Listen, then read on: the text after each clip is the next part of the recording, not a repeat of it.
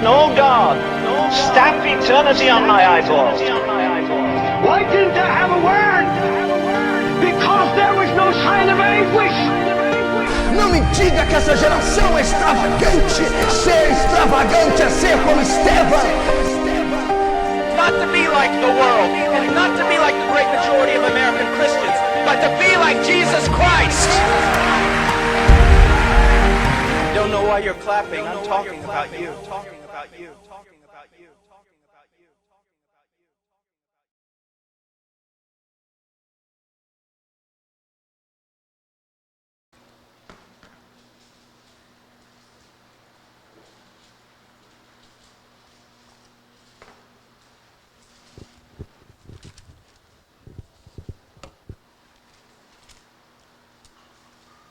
Capítulo 4, no versículo 3 em diante, vamos lá. Porque esta é a vontade de Deus, 1 Tessalonicenses 4, 3. Porque esta é a vontade de Deus, a vossa santificação, que vos abstenhais da prostituição, e que cada um de vós saiba possuir o próprio corpo, ou na sua tradução, vaso, em santificação e honra, não com desejo de lascívia, como os gentios que não conhecem a Deus, e que nesta matéria ninguém ofenda nem defraude o seu irmão, ou ninguém tente o seu irmão pela sua sensualidade, porque o Senhor é contra todas essas coisas, como antes vos avisamos e testificamos claramente, e é vingador, traz juízo, porquanto Deus não nos chamou para a impureza, e sim para a santificação. De sorte, quem rejeita essas coisas não rejeita a homem, e sim a Deus, que também vos dá o seu Espírito. Preste muita atenção, meu irmão. Nós estamos vivendo a era da imoralidade, o século da imoralidade, o século da sexualidade equivocada.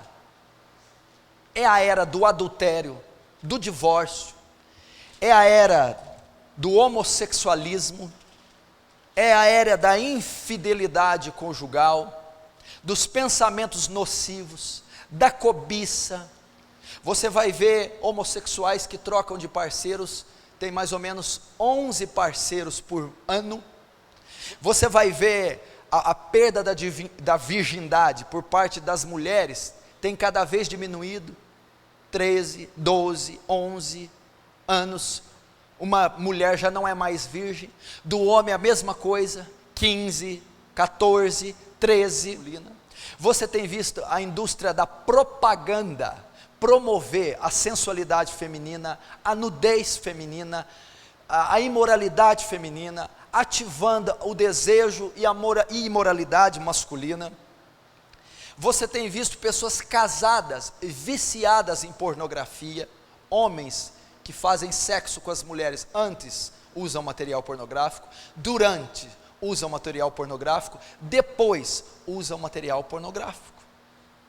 Tem milhões de homens viciados, cativos à pornografia, jovens e adolescentes que visitam milhares de sites por ano pornográficos, vídeos pornográficos, revistas pornográficas, e são escravos da masturbação, ao ponto de jovens chegar a se masturbar 15, 20 vezes num só dia. Compulsão sexual, imoralidade. E Paulo vai dizer aqui que esse não é o padrão para a igreja. O padrão para a igreja é a santificação. E o mais assustador é que essas estatísticas, o mais assustador é que esse avanço da imoralidade em todo o mundo e a sociedade moderna também tem entrado portas adentro da igreja. Também está incluindo cristãos, obreiros e até pastores. Está incluindo a igreja do Deus vivo, que está metida em imoralidade, em perversão, em sexo ilícito.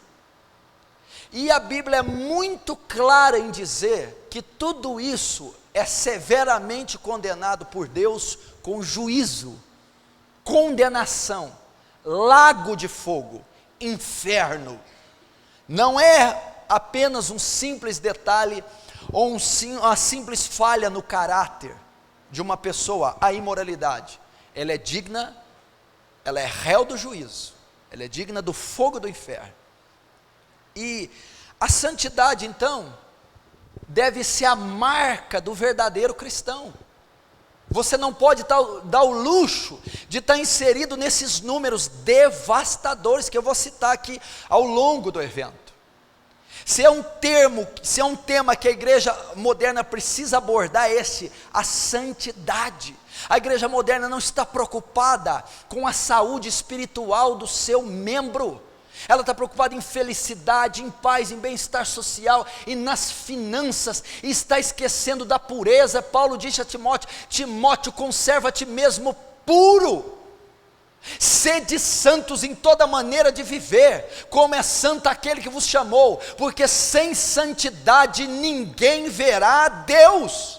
Porque Hebreus 14 diz: segui a paz com todos e a santificação, sem a qual ninguém verá a Deus.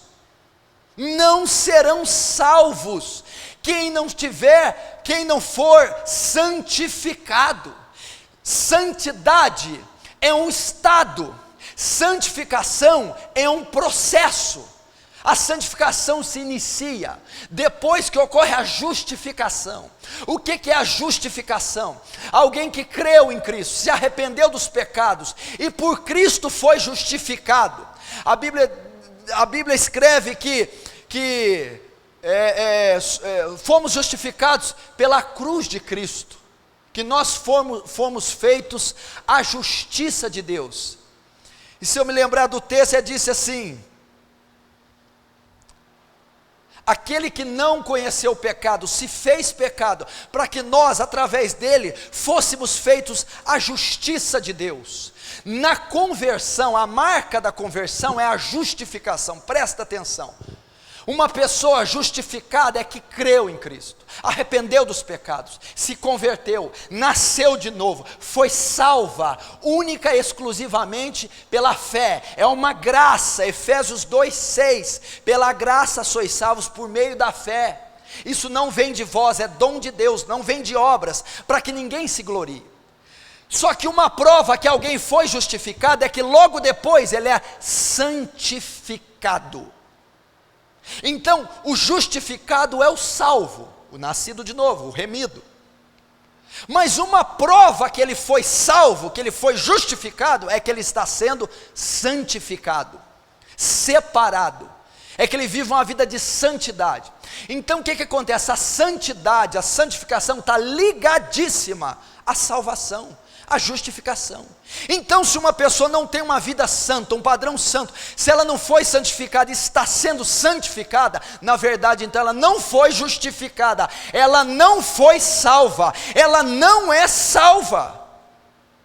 Pelos frutos conhecereis a árvore, pela santidade conhecerei a salvação, pela santificação autenticarei a justificação. Uma anda do lado da outra. E a igreja precisa, a igreja moderna é uma igreja carnal. Meu irmão, nós estamos seguindo os nossos padrões de conduta imoral, ética, pudor. Os nossos padrões são os padrões da sociedade e da cultura. Não vestimos como a cultura ensina, não frequentamos os lugares que a cultura ensina a ser saudável, não usamos nossa boca e palavras proferidas como a cultura, como a sociedade ensina. Temos um outro padrão. E isso está adentrando as igrejas. E a Bíblia diz que essa é a vontade de Deus. Esse é o padrão de Deus para a igreja. Esse é o modelo cristão. Esse é o modelo do nascido de novo, a santificação. Então nós, nesse primeiro dia, nessa introdução deste acampamento, você já tem que colocar no seu coração: a santidade é uma prioridade e é uma marca do verdadeiro cristão e da verdadeira igreja. É uma marca que deve estar inserida no seu coração. E nós precisamos, meu irmão, é muito sério quando ele diz, presta atenção, se todos os versículos que falam da prostituição, e a prostituição é o contrário da santidade, é punida com julgamento. Olha como é que é claro, explícito, a explicação do apóstolo Paulo, ou a indução. Ele está querendo dizer que na verdade uma pessoa que não é santa, ela não é salva. Por quê? Porque os imorais serão condenados. Então a imoralidade é um padrão de um condenado. A imoralidade é o padrão de um não salvo. A imoralidade é o padrão de um coração não convertido. E este é digno do julgamento. Então, como é sério a santidade? Como é sério? A Bíblia diz assim: sede santos como é santo aquele que vos chamou. Ele ensina aqui, o apóstolo Pedro. Hoje eu não falei do apóstolo Paulo, o apóstolo Pedro, está vendo? O apóstolo Pedro diz assim, que o padrão de santidade é Deus. Sede santos como aquele que vos chamou. Como é santo aquele que vos chamou. Quem é aquele que vos chamou? Deus. Deus é o padrão estabelecido de santidade. Só Ele é santo por completo e pleno. Então Ele é o modelo a ser seguido. E uma das falhas na santidade da igreja é a ignorância quanto aos atributos de Deus. E um dos seus atributos mais marcantes é a sua santidade, a sua separação, individualidade, perfeição, a sua impecabilidade. Deus é santo. Então, por exemplo, esse é a falha da igreja em adorar um Deus verdadeiro, e na santificação também é de tração paralelo com um ser superior que é absolutamente santo. Quando Moisés foi ao Monte Sinai e Deus falou com ele, Deus revela a sua glória, e Deus revela a sua santidade em Êxodo 34, 6, 7 e 8. Quando Deus revela algo dos seus atributos, Moisés se prostra e teme, pois ele conheceu um Deus santo. Jesus, quando vê Pedro no barco e vai chamá-lo, e dizer, de agora em diante será pescador de alma, Pedro tem um choque com o encontro com Cristo e diz: afasta-se de mim, Senhor, porque eu sou um pecador. Ele sentiu o peso da santidade de Deus no Sinai, Moisés. Pedro sentiu o peso da santidade de Cristo, a divindade de Cristo expressada naquelas palavras. Então ele pôde ver quem ele era, ele pôde ver a pecaminosidade que habitava nele, ele pôde ver a imperfeição que habitava nele, fazendo um paralelo, olhando, se pautando, uma comparação com um ser santo, que é Deus. Sede santo como aquele que vos chamou. Ele é o paralelo. Quando você conhece os atributos de Deus revelado nas Escrituras, revelado no livro de Salmos, a sua justiça, a sua soberania, a sua ira, a sua misericórdia, a sua graça e a sua santidade, você então tem um padrão estabelecido. O padrão é Deus. O padrão não é Malhação. O padrão não são as novelas. O padrão não é o colégio. O padrão também não é de um dogma eclesiástico. O padrão não é de uma denominação. O padrão é das Escrituras, revelando o caráter santo de Deus. É assim que nós devemos estar, que nós devemos ver. A santidade também não é a imposição de regras. Santidade não compreende regras. Isso é legalismo, farisaísmo. Engana-se quem acha que santidade é usar saia até o calcanhar, que santidade é não cortar os cabelos, que santidade é se privar como um xiita, como um monge.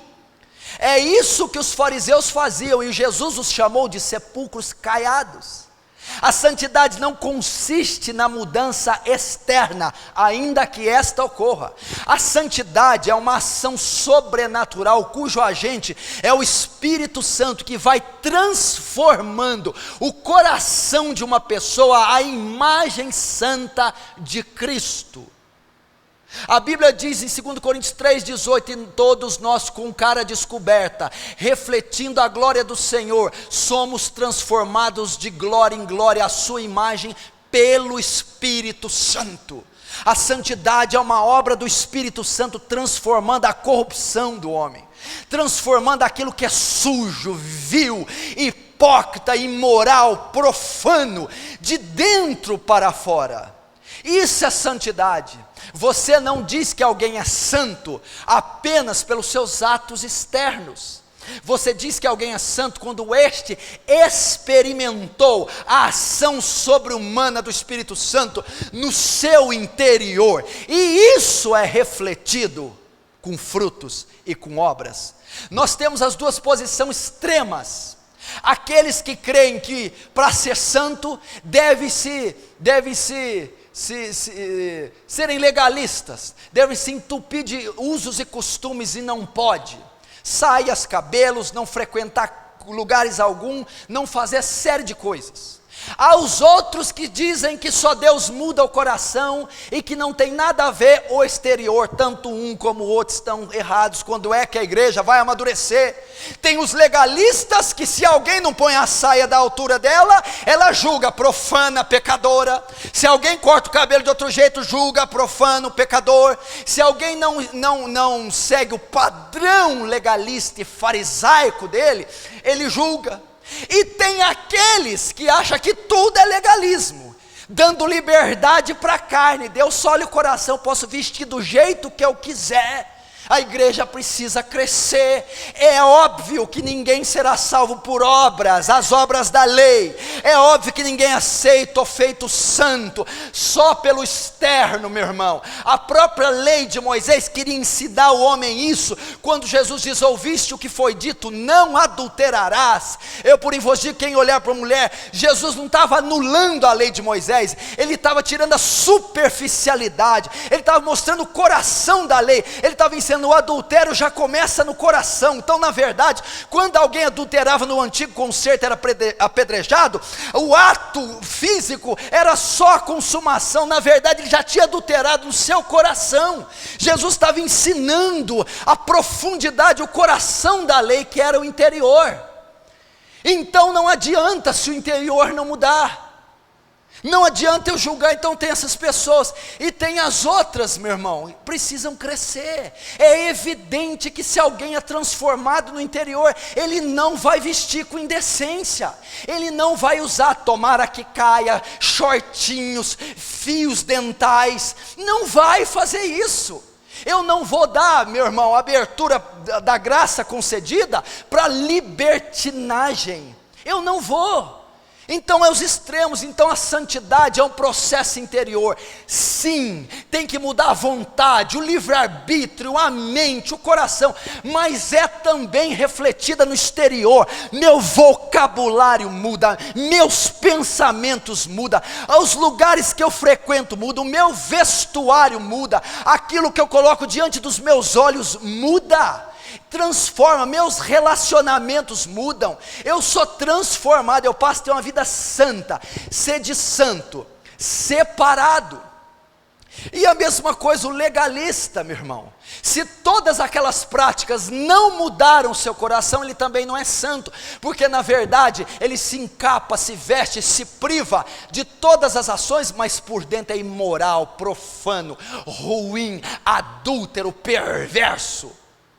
Então, na verdade, aquele que tem obras, mas não tem transformação, não tem mudança de coração, esse não é santo. E aquele que diz que entregou o coração e não tem fruto, não tem obras, também não é santo, também não está em processo de santificação. Você entendeu como que é?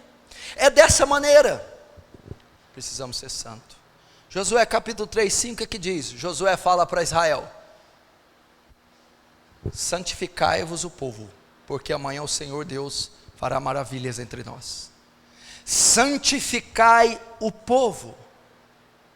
Meu irmão, ia ser executada uma obra através dos israelitas, da liderança de Israel. Presta muita atenção. E Josué dá uma ordem, Deus dá uma ordem a Josué dizendo: se esse povo não se santificar, eles não podem fazer a minha obra. Meu irmão, para fazer a obra de Deus é necessário ser santo. Um lábio que louva a Deus não é o que tem a menor timbre vocal, é o lábio que tem o coração mais santo. Um músico que agrada a Deus não é o melhor instrumentista, mas não são os dedos que tangem as cordas, mas são os dedos que fogem da impureza, fogem da sexualidade, fogem do membro genital, fogem do corpo da namorada. Esses dedos é que glorificam a Deus. Essa mente que glorifica a Deus, santa, separada. E Moisés está dizendo, para a obra ser feita, para amanhã vocês verem maravilhas, santifica esse povo, Moisés, santifica os líderes das tribos, santifica os representantes, santifica. Precisamos de uma liderança santa. A igreja profana, a igreja mundana, a igreja carnal desse século, nada mais reflete a sua liderança, que não tem vida de oração, que consome material pornográfico, que abusam das suas esposas, que são profanos, que não têm santidade, só instrução lógica. Nós precisamos de um púlpito santo, nós precisamos de um altar santo, nós precisamos de ministros santos, gente limpa, gente pura. Um grande reformador, Robert McCheyne, disse: um crente santo é um homem, é uma arma poderosa nas mãos de Deus. É uma arma poderosa. Meu irmão, o inferno só pode ser abalado, Satanás só pode respeitar, não são os que têm maiores patentes teológicas, não são os que têm maior retórica, eloquência, cordas vocais, capacidade intelectual, são homens e mulheres santos. Santos. A santidade é uma muralha contra o inferno. A santidade é o incenso suave sendo queimado às narinas do Altíssimo. E nós precisamos entender isso, obedecer isso. Não eram os inimigos de Israel que a derrotavam, preste atenção. Israel caiu diante da pequena cidade de Ai, do pequeno exército de Ai. Por quê? Porque havia pecado entre eles. É o pecado, é a corrupção, é a imoralidade, a prostituição de Israel que sempre a derrubou. Não foram seus inimigos, os inimigos jamais venceriam Israel. Israel era invencível, pois Yahvé pelejava por Israel, como ele disse: nessa guerra não tereis que pelejar, o Senhor vosso Deus pelejará por vós. Mas quando Israel transgrediu o concerto, queimava incenso a outros deuses, usava o seu corpo como luxúria, quando Israel se profanava, Israel era aniquilada, destruída, fulminada, trucidada, porque Deus não tolera o anátema no meio deles. Ser santos, nós precisamos de altar santo, nós precisamos de fogo santo descendo, queimando sobre o altar. Lembra das igrejas Esmirna e Laodiceia? Esmirna era pobre diante dos olhos dos homens, pequena, desprezível. Laodiceia era pomposa, rica, abastada, grande, popular. Mas aquela que foi bem aceita diante de Deus foi a igreja de Esmirna. E a condenada, e a igreja desse século foi a Laodiceia. Como está você? Vive uma vida para agradar as pessoas, de aparência, de fachada? Vive uma vida burocrática, hipócrita, legalista, farisaica, caiada? Ou você é uma pessoa que não tem tanta expressão externa, mas é uma pessoa de piedade, de devoção, de submissão a Deus? Vamos aprender isso. Abra todo mundo em 1 Pedro, depois Tessalonicenses.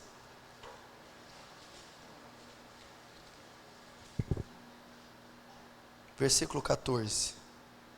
Como filhos da obediência, não vos amoldeis as paixões que tinhais anteriormente, na vossa ignorância. Pelo contrário, segundo é santo aquele que vos chamou, tornai-vos santo também, vós mesmos, em todo o vosso procedimento. Porque está escrito lá em Levítico 11:44, sede santos, porque eu sou santo.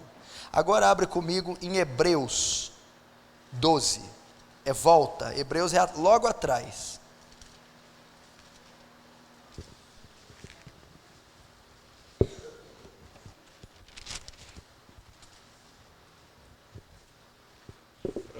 Para você entender esse texto, Hebreus 12, 14.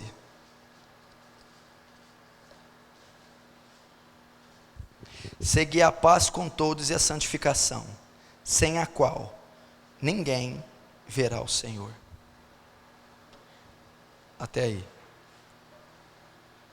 A Bíblia também diz assim, presta atenção: bem-aventurado os limpos de coração, os puros de coração, porque eles, completa, verão a Deus.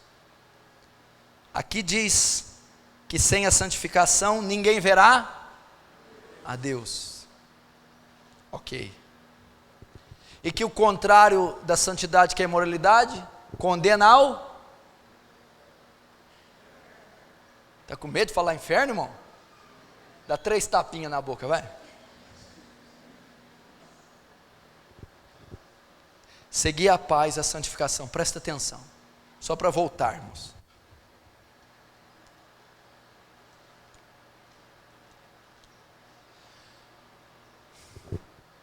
Uma pessoa vem para Cristo pela fé e somente pela fé, ok? Esse ministério, quanto mais tempo passa, mais ele vai convergir toda a doutrina dele na salvação, na vida eterna e na eternidade. Pense sempre nisso. Você sempre vai ver o pastor Paulo dando voltas e voltas e terminando na salvação, na sua salvação. Porque se a gente estiver sentado aqui, cair uma bomba agora, não vai importar mais amanhã o carro, o cargo, né, a cirurgia plástica ou o casamento, e sim a sua vida diante de quem ela está. Então a salvação é o item fundamental. A pessoa se converte pela fé quando ela ouve o evangelho, presta muita atenção, e a fé vem pelo ouvir, e o ouvir da palavra de Deus. Quando o evangelho é exposto, pregado, quando o evangelho é anunciado a um ímpio, a um pecador, é como se o pecador fosse os ossos secos de Ezequiel, sequíssimos, corruptos, depravados, condenados ao juízo.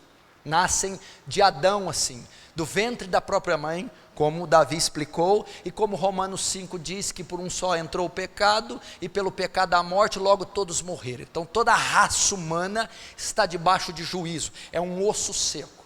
Mas aí então vem o Ezequiel diante desse vale, desses ossos secos, sequíssimos. Se fosse na doutrina calvinista, depravação total, sequíssimos. A inabilidade total do homem, a incapacidade total do homem de salvar a si próprio. E nós acreditamos nisso, que o homem não tem atributo e mérito algum para ser salvo. Então de Adão nasce condenado, do ventre da mãe vem condenado. Então vem um Ezequiel, um agente de Deus, um pastor, pregador, quem quer que seja, e proclama: pode esses ossos reviverem? Deus diz para Ezequiel: Ezequiel, tu sabes. Então profetiza sobre esses ossos. Engana-se que quando diz esse profetiza, essas igrejas neopentecostais usam nisso, né? Eu preciso ir na África profetizar lá. Então eles pisam no chão de Moçambique. Eu profetizo sobre essa terra, ela vai se converter. Então eles entendem que é assim. Esse profetiza significa pregar expositivamente o evangelho.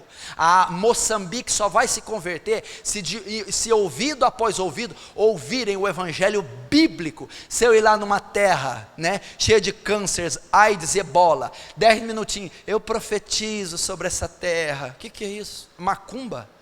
que é magia negra? Eu profetizo. Não, peraí, o cara está com ebola morrendo aqui, o outro está defecando ali, sem condição básica sanitária, o outro está com câncer ali. O profetiza é ir um a um, é ir lá, cuidar dessas pessoas, pregar, ensinar com lógica, com razão, as escrituras. Isso é o profetiza. O profetiza de Ezequiel é Paulo nas 3 viagens missionárias, estava profetizando nas sinagogas, profetizando na Grécia, pregando expositivamente, discutindo 3 meses nas sinagogas acerca da ressurreição de Cristo. Isso é profetiza. Esse negócio, eu profetizo sobre o hospital, eu profetizo sobre a Índia. Vai lá tomar banho no Rio Ganges, meu filho. Vai profetizar para hindu, vai aprender os dialetos, vai aprender o idioma e vai ensiná-lo as doutrinas do evangelho da graça. Isso é profetiza. Então vem um arauto de Cristo, um pastor e um pregador, e ele vai diante desses ossos, podem eles reviverem? Diz, ossos secos, ouvi a palavra do Senhor. Quando o evangelho é pregado, presta atenção, quando ele é pregado, os ouvidos que os ouvem podem ser levados à fé e o arrependimento, podem ser levados a se arrependerem, a crerem. Então a Bíblia diz que a fé, que é o instrumento que leva a graça dada, a salvação, é produzida pela proclamação do evangelho. Então alguém um dia pregou a você, osso seco, condenado e depravado. Você ouviu acerca das escrituras, do Cristo ressurreto, você ouviu da divindade dos atributos de Deus, você ouviu do advento do Calvário, você ouviu da sua pecaminosidade, você ouviu que há uma salvação para você, Cristo. Quando você ouve, você se arrepende dos pecados e você crê. Quando você crê, cumpre o que está em Romanos 10, e a fé vem, é produzida, nasce pelo ouvir, e pelo ouvir do evangelho, da escritura, da palavra. Quando você crê, imediatamente você é justificado, não pelas obras da lei, pela sua bondade, não pelo seu esforço em ser bom, não pelos seus atos de caridades, mas pelo que Cristo fez naquela cruz. Ele morre por você, paga o seu preço e te justifica, te torna limpo, te torna impune dos seus pecados. Você é justificado, e a justificação pela fé é a nossa grande garantia de salvação. Somos justificados gratuitamente por sua graça, pela redenção que há em Cristo Jesus. Por isso que somos salvos, ok? Que somos justificados. Mas presta atenção, a evidência que alguém é justificado, eu vou voltar lá, no que eu falei no começo. Presta atenção, a evidência, o que precede a justificação é a santificação. Quando uma pessoa é justificada, inicia-se imediatamente no coração, nas entranhas dela, o processo de santificação, de purificação, de regeneração, de separação. Então a pessoa de fato que é salva, de fato que é convertida, de fato que é nascida de novo, ela foi justificada, ela foi perdoada, salva, porque creu em Cristo. Mas a evidência dessa salvação, dessa conversão, dessa justificação é a santificação. Se essa pessoa não está crescendo em santidade, se essa pessoa não está crescendo em pureza, se essa pessoa a cada dia da caminhada cristã, a cada culto que ela vai, a cada leitura da Bíblia, a cada encontro que ela participa, ela não está se aperfeiçoando em santidade, a salvação dela está comprometida. É a maior evidência. Eu criei, eu batizei, eu converti, mas eu não sou santo, não é. Mas eu não me separei, meus costumes não mudaram, minha vestimenta não mudou, os lugares que eu frequentava não mudaram, meus pensamentos não mudaram, então não houve justificação, não houve fé genuína, não houve salvação, porque a evidência é a separação. É a santificação, sem a qual ninguém verá Deus, é a evidência de Hebreus, sem a qual não somos salvos, sem a qual não herdaremos a vida eterna, sem a qual somos bodes, somos joio.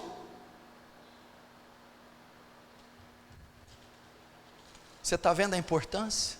Agora, pastor, eu estou dentro da igreja, eu congrego, até ocupo cargo, mas eu me masturbo regularmente, semanalmente. Tenho atividades sexuais ilícitas com a minha namorada, solteira. Sou viciado em pornografia. Sou imoral. Me visto para expressar sensualidade, ou seja, a maneira com que eu atraio os homens a mim, não é minha cultura, inteligência e integridade, são as minhas curvas, é a minha sensualidade. Visito sites pornô regularmente. Gosto de piadas e rodas de escarnecedores.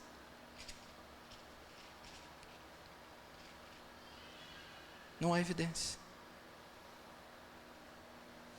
Então ele está dizendo, essa é a vontade de Deus, traduzindo, essa é a marca do cristão verdadeiro.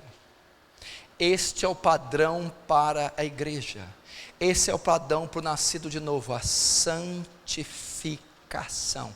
Santidade é o estado atual de um crente.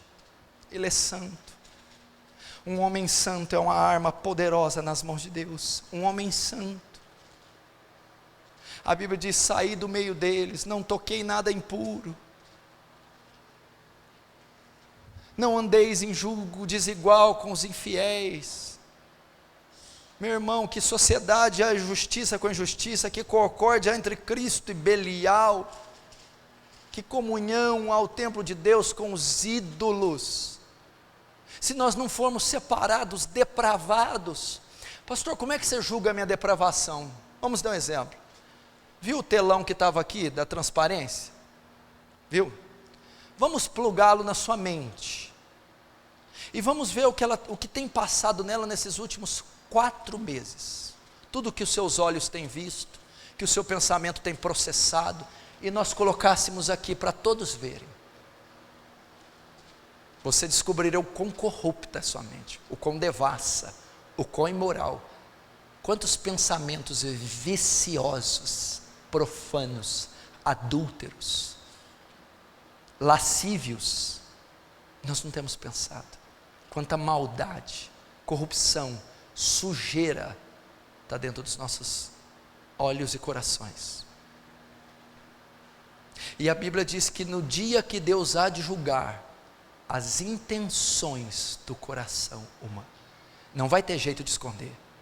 A Bíblia diz em Apocalipse que está registrado nos livros, junto com os livros da vida, do livro da vida, há livros de registro, ao livro memorial, eles serão abertos, será revelado.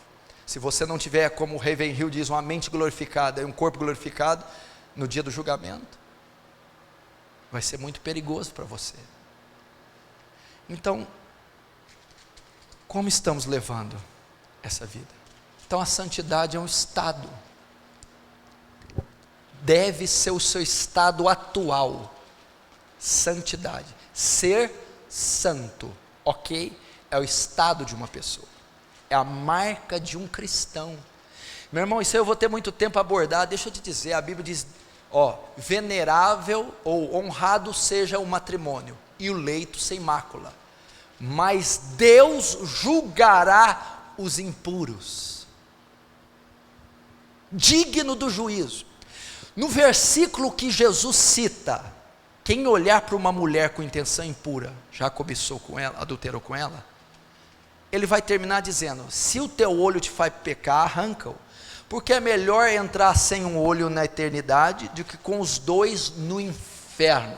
Se a imoralidade não for removida, olho, se a pornografia, se os vícios malditos não forem, serão lançados no Hade. Não é só um assassino, um pedófilo, um maconheiro, traficante, não é só uma pessoa atroz que vai ao lago de fogo, é um impuro, um devasso, imoral, prostituto, sujo, meu irmão, é condenado ao inferno. Então seu estado para o arrebatamento deve ser de santidade, pureza. O estado atual da igreja: santidade, separação, pureza. Conserva a ti mesmo puro, foge das paixões da sua mocidade.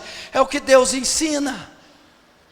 E eu te digo, se santidade é um estado, santificação processo, qual o estado que você entrou aqui? Será que a sua mão está com cheiro de sêmen ainda? Será que o seu dedo está com a digital do mouse, do clique pornográfico? Será que os seus olhos, a única imagem que o negativo do olho está vendo é o quadril daquela mulher, é os seios daquela outra, é as pernas daquele homem, é os ombros daquele homem?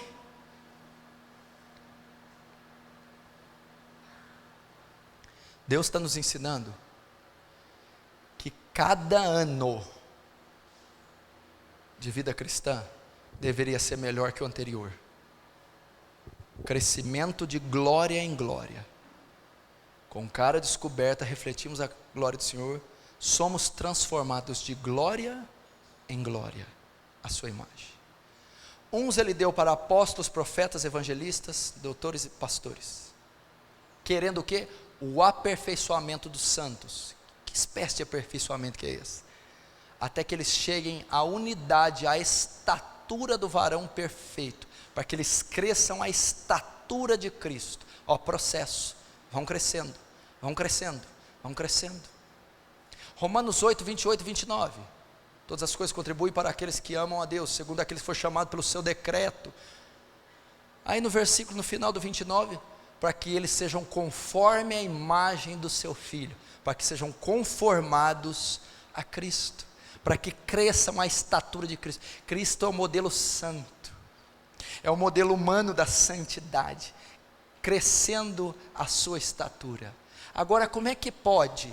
Cada ano que passa a igreja está mais fria, cada ano que passa ela é mais carnal. Aí tem que se ficar cantando, fazendo esses encontros, voltar ao primeiro amor, porque a igreja cada ano deixa o primeiro amor, se esfria, fica imoral, fica carnal, natural. Não deve ser esse o processo na nossa vida, porque essa é a vontade de Deus, a vossa santificação, crescer a cada dia, ano e mês, no conhecimento de Deus, bíblico, escriturístico, teológico, e no conhecimento devocional, graça, contato com a sua divindade, participando dos seus atributos morais, crescendo em regeneração, tendo a mente de Cristo. Cada ano devemos crescer, é um processo que só vai findar com a glorificação. Então temos preocupado com tantas outras coisas, e deixado a santidade de lado, a qual compreende salvação ou juízo. Temos lançado nossa força, energia, fé em tanta coisa inútil, e temos esquecido, deixado de lado, ignorado a santidade, a pureza. E terminando, oh meu irmão, santidade. Imagina um homem santo, como eu disse na igreja esses dias, visitando um leito de hospital e colocando as mãos sobre o enfermo. Um homem santo. Um homem santo indo no seu quarto ou num vale, dobrando os joelhos e dirigindo a palavra a Deus. Um homem santo subindo num púlpito, abrindo um texto e lendo a congregação. Um homem santo com seu violão o violão, traçando os acordes e cantando diante de Deus da congregação. Um homem santo. Você vai ver a diferença. Como você vê a diferença daquele que não é, quando faz a mesma coisa, que tem todo o aparato, mas não tem nas suas veias, a santidade de Deus. Não bebe da seiva santa do Cordeiro, não tem nos seus neurônios o tecido santo da mente de Cristo, não tem nos seus olhos a luz do Evangelho que brilhou aos homens, o qual é Emanuel, o qual é Cristo. É isso, um homem santo, o pai do Leonard Ravenhill, um homem que para orar, para refeição, derramava lágrimas, para orar para a refeição, um homem que trazia temor às pessoas só de orar pela refeição, porque vinha de lábios santos. Uma mulher decente, onde você olha para ela, você não consegue cobiçá-la, o seu vestuário, o seu linguajar, até a sua expressão corporal é reservada, é adequada, é uma mulher santa, uma intercessora, uma mulher guardada. É isso que agrada a Deus. Santidade. Talvez você não vai conseguir tanto conhecimento acadêmico, bíblico, teológico, patentes e diplomas, até porque o nosso contexto regional não permite, e talvez uma busca alvoroçada por conhecimento, e deve ser crescer em conhecimento. Mas nada se compara em tudo isso ser auxiliado à santidade, ao processo que um homem tem de se conformar a Cristo e a Deus. Devemos buscar isso. Fizemos esse tempo, fizemos uns dias atrás na igreja uma campanha de 21 dias de oração e jejum. Veio um jovem para mim perguntar para mim: pastor, eu estou meio assim, o que eu oro esses dias aqui? O que eu busco? Claro que isso é individual e pessoal. Falei: meu irmão, você quer uma coisa para você buscar? Ou para você trabalhar? Porque para justificação nós não trabalhamos, é por fé, por graça. Mas para a santidade nós trabalhamos. O que eu falei? Busque a santidade, busque ser santo, busque ser separado, faça o que ninguém quer fazer, abstenha-se do que ninguém quer se abster, fuja das paixões, fuja da imoralidade, clame, ore, jejue, busque, chore, brade, tenha contato com Deus, com a natureza de Deus, que pelo Espírito Santo você seja santo. E foi isso que ele fez. Essa vai ser a mensagem para esse encontro: a santidade, a santificação vai ser o que vai reger esse encontro.